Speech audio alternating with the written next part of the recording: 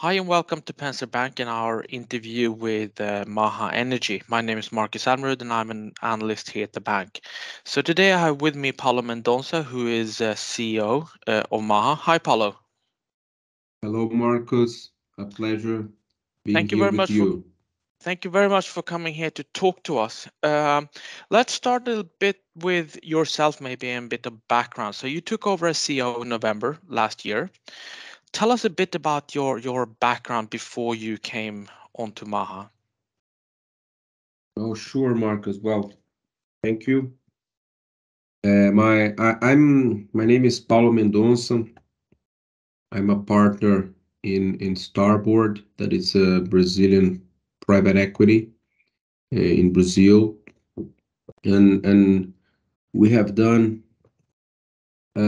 some intense activity in the oil and gas industry in Brazil.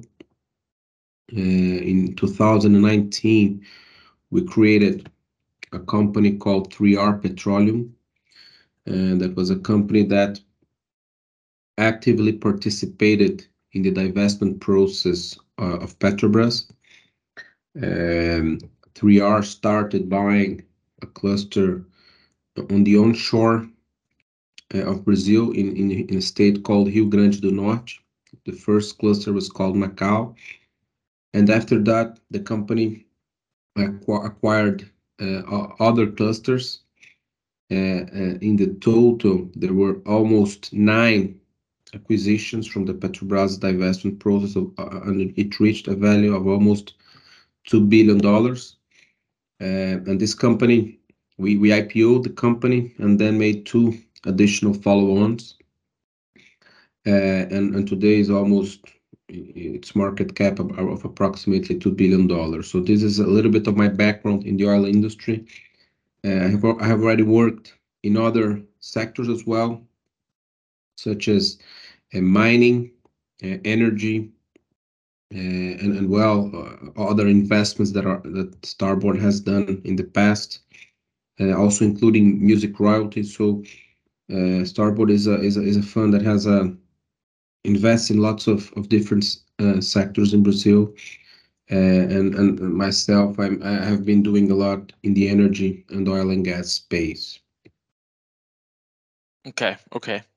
And when I mean coming back to the oil industry and you came into or Starboard came into Maha, decided to invest in Maha, and you made an investment in back in September, if I remember correctly.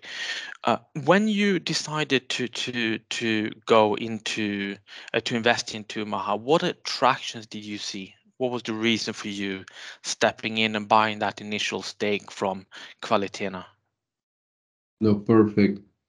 I think we do see here a tremendous value of having today equity to invest in the oil and gas space, mainly in Latin America. So we always saw a huge value on having an oil and gas platform to be able to invest and look at very opportunistic acquisitions in the oil and gas space. Sorry. So the reason why Starboard invested in Maha was to find this platform with this new macroeconomic scenario in the world, with a huge prices of oil and the increase on the interest rates. We see that there is a lack of equity for oil and gas in Latin America. So a company having this uh, firepower to invest equity in oil and gas, we could really be looking at very attractive opportunities here in Brazil and Latin America. So the reason why Starboard invested in Maha was to finding a platform, and this platform with good reputation, with good technical knowledge and experience, and so that this company could be active and look at very attractive opportunities in Latin America due to the lack of equity that there is in the oil and gas industry in the region. And I think we come back. A common denominator seems to be the word transaction, because there's a lot of that going on. And let's dig in.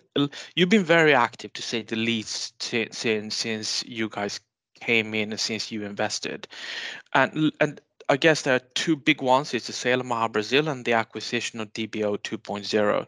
And if we start on the sale of Brazil, tell us a little bit about the background of that divestment.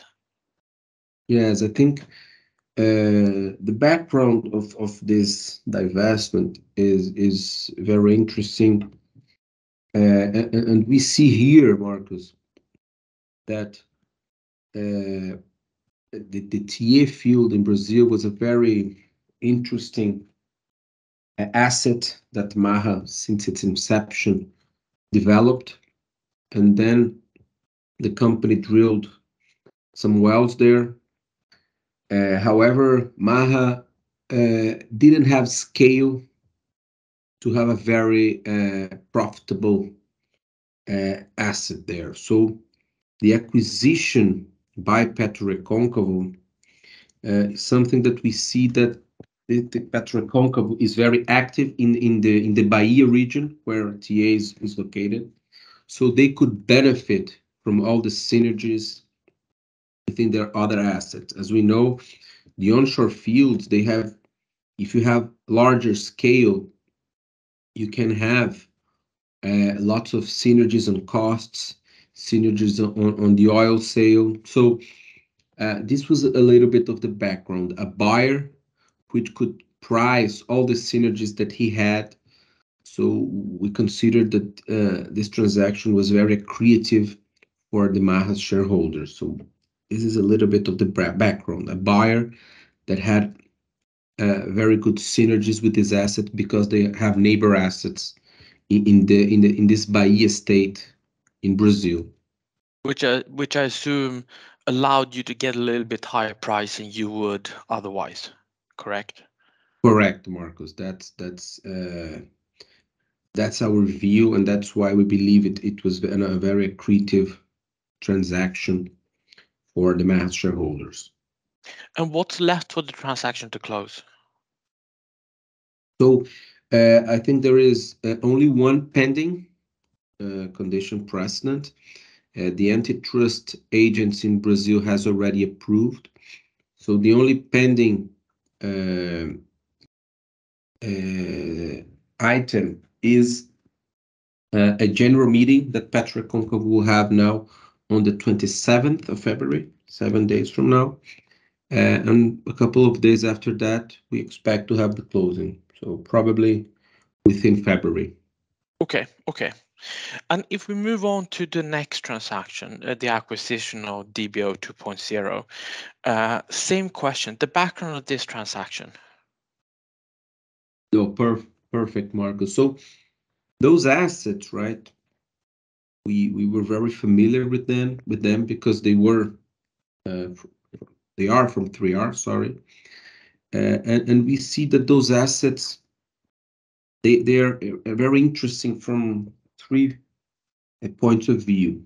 The first one is that when the acquisitions were made, all the infrastructure came with the assets. So we are talking here of two offshore assets, but all the infrastructure belongs to the owners of the assets, such as the FPSO in Papa-Terra, such as the unmanned platform from Peruá.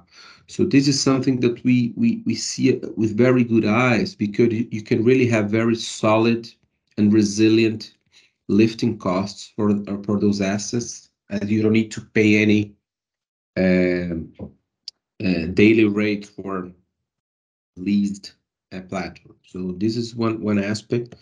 The second aspect is that as we are talking of offshore fields, they have in certain ways independence from the domestic market. So you can, in case of Papa-Terra, you export all the oil. In case of Peruá, you sell the gas to the state of Espírito Santo. So in certain ways, you're not very influenced by the domestic market of fuel and other products of oil. So you are very linked to the international market in terms of regarding Papaterra and regarding Peruá, you're linked to gas contracts. So this is the second point of view. And the third one is that they are assets that are producing, so they have a history of cash flow. And this is a little bit of what we want for Maha, a company that looks for assets that are producing, that have solid and resilient cash flow. So I think, and when we look at the multiples that Maha was able to achieve, we really see here a low multiples when compared to other peers.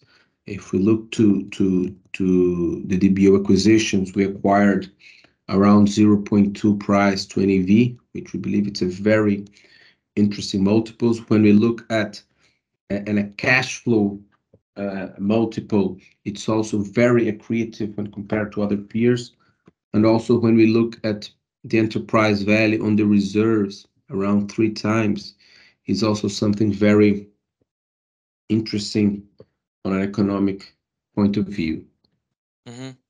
And let's stay with the price for a bit, just to, because I think this is important. I think this might be an illustration for how you think about the future as well. So you mentioned 0.2 times NAV, or 0.2 times P2 reserves, which is quite low. And I think I would assume that you've done similar deals at 3R, and then you have worked to close the gap to NAV. Talk a little bit about how you've seen this in the past and what you've done to close this gap in previous assets that you bought.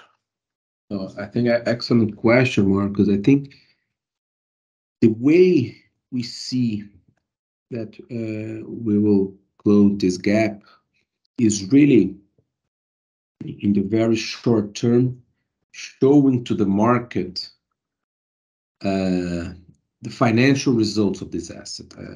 I think we look mainly here in the Nordics. We look a lot at the price to NAV multiple, but we would really like to focus on the EBITDA multiple, like on the enterprise value to EBITDA multiple of the asset.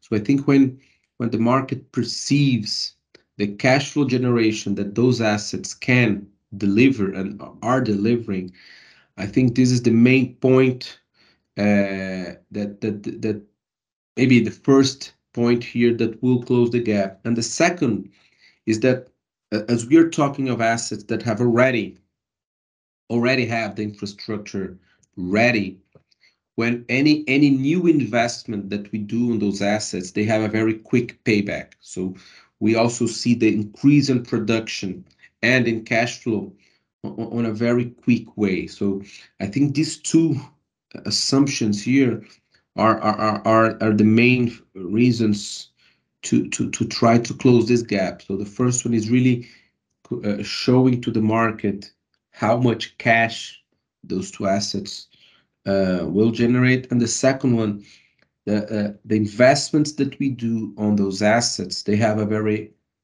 quick payback because all the infrastructure is ready. So the improvement of those indicators such as production, lifting costs, being shown to the market will have confidence on closing this gap, Marcus. And the $160 million in cumulative net cash flow that you're talking about in the presentation, that's just the 2P reserves, I guess, right?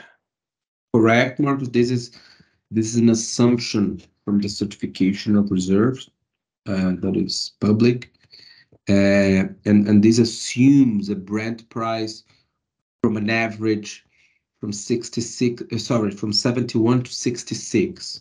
So this is the cash flow generation of the stake of Maha in these two assets. Of course, we hope that we are in a new new oil scenario.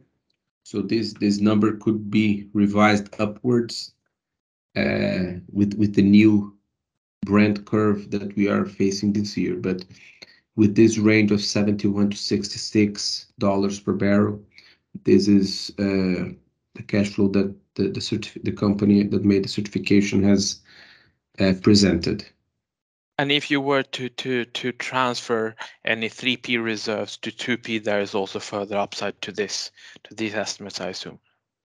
Yes, if we look at the recovery factor from Papa-Terra, in these reserves, we're reaching approximately a 10% range, whilst lots of companies in Brazil have even, I think Equinor is a good example that they also produce in a heavy oil field in Brazil, and they are trying to reach 20 to 25% of recovery factor.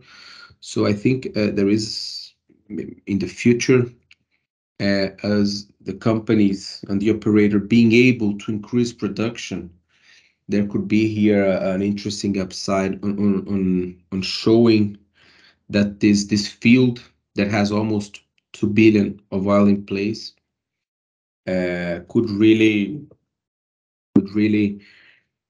have more potentially more reserves than this 2P estimate. Mm-hmm.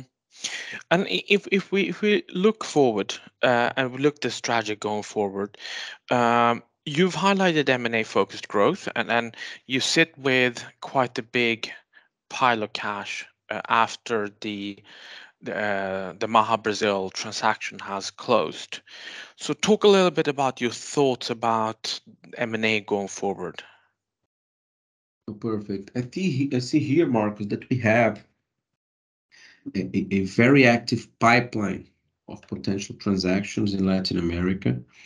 And as I previously mentioned, us having equity to put in those assets makes us very powerful to really look at very opportunistic acquisitions, and which is our main focus for Maha. Producing assets with a history of production, with a good history of production, capex to increase production. I think this is a very important aspect. And also, we like to see assets. I think Maha should have a portfolio, a very balanced portfolio, not only on a cash flow oriented basis, but also a diversification from oil and gas and a diversification on wells. We do want to have here a portfolio of oil and gas with several wells. So maybe one of the reasons that TA concerned us a little bit in the past was that the field was really concentrated in few wells. So when you have to do a workover in a well, you really lose sometimes 20% of your production. So looking forward, we would really like to have a diversified and pulverized production on those assets. And as I repeat here again, in these times, having a strong balance sheet with cash available, it's really a very powerful tool, a very powerful momentum to capture these opportunities in an environment where the interest rates for fixed income are high, so the interest rates for equity are even higher. So this is the timing that we want to be very aggressive and agile on capturing these opportunities. Mm-hmm. And I mean, you've been very busy so far. So since you came in September, since you first invested, and I think you said in the presentation in early February that we could expect some 3-4 transactions in the coming 6 months, which is a very high pace. Talk a little bit about that and the speed, and should we expect the speed that you've had so far to continue? Yes, Markus. Thanks for the question. I think since we joined Maha, we have been doing lots of things, such as the DBO's acquisition, the sale of the Brazilian asset. Also, we are very excited here on starting production in Oman. We were able to conclude in the end of January the farm out to the local partner, Maha Energy. And yes, we want to keep this agility. We believe that the timing here to capture these opportunities are exactly within these 4 to 6 months. I think this is the timing where the world is living a very high fixed income, so fixed income rate. So being able to capture these opportunities on a very also on an also very high equity interest rate is what we believe and what we are pursuing. And the focus will be producing assets, not exploratory assets, in Latin America, with hence lower risk. Correct? Yes, Marcus. I think we want. I mean, we would like to be an E&P company, but with a very large P of production and a very small E of exploration. We want to focus on production assets, assets that are already have, in certain ways, the risk reduced, and always focus on oil and gas and on diversification on wealth. But yeah, you're correct, Marcus. And coming back to the multiples finally, is the multiples that you are paying, which I think is exemplified by the DBO transaction. I mean, do you think you will be able? Do you expect to be able to find the similar kind of deals in the future with those kind of prices? Yes. I think we are. We do believe we will be able to acquire those assets at the same range of multiples that we are talking. And if we look right at the current balance sheet of Maha, if we add here cash plus receivables from the sale and also cash flow generation, we are talking of a firepower of approximately $200 million. So if we look at what we could acquire with this number, we would be talking of potentially $1 billion of NAV. And the company should really, in our view, approach these values in terms of market cap if we're successful in this strategy. But of course, this has a lot of agility, which we want to give here to the company to do those transactions, and a lot of hard work from the team. But resuming your answer, yes, we want here to keep delivering these multiples with assets that are already producing and having cash flow or near to have cash flow. Excellent. Well, Paolo, with that, I think thank you very much for coming to talk to us. We're very much looking forward to hearing the next steps in your journey, and yeah, speak soon. Thank you very much, Marcus. It's a pleasure to be here. Thank you. Thank you. Thank you.